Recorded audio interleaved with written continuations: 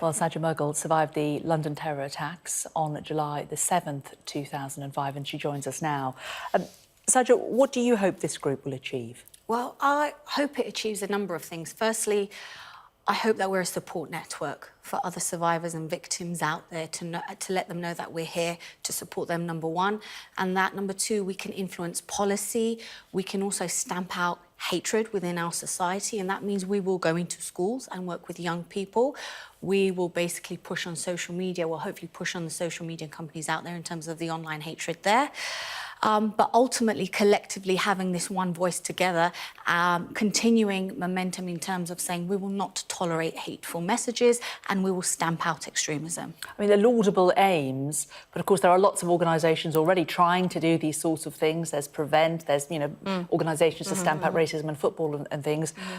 And a lot of them haven't actually been very successful. Why do you think yours will succeed where others have failed? OK, we bring forward this unique perspective. We are survivors and we are victims from all different backgrounds. I mean, there are survivors in terms from IRA bombings and victims from that, from Islamic extremism through to far-right extremism. And we're collectively coming forward on a shared platform and basically relaying our messages and our experiences to say, there is hate, unfortunately, within our society, and we will not tolerate it. Yes, there are other projects and campaigns, I do understand, but we're bringing forward our shared experiences together. What difference do you think an organisation like this would have had to you, for you, after the London attacks? I have to be honest, it would have been a lifeline for me, because after having survived 7/7 London bombings, I had to rely on my family support.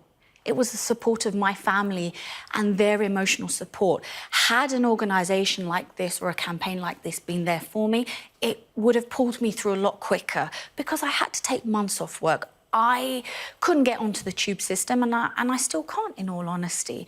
So, I mean, the support is there now for these victims and those survivors, and hopefully we will be able to help them through and share that platform with them. I mean, I suppose everyone's experience when they experience something horrific like this is different, isn't it? Everyone reacts very differently to these kind of experiences. How will you cater for that in the group? Because one person may cope with it by talking, another person may cope with it by not talking. How can you help all?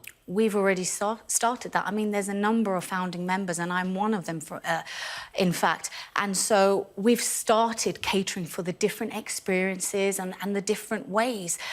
We just want to send out that message that we are here. Survivors Against Terror is here. If you are a survivor and you are a victim, come forward, let's get together, let's help each other in some way, and let's change policy, and let's also stamp out that hatred there.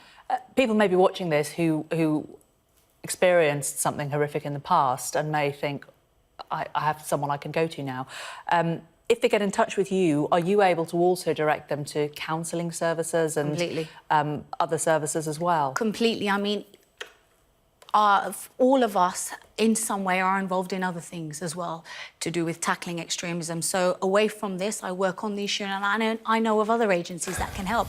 So if people do come forward, we can actually signpost as well in terms of counselling, group support, etc. Brilliant. Sajda Mughal, good to talk to you. Thank you very much for coming in. Thank you.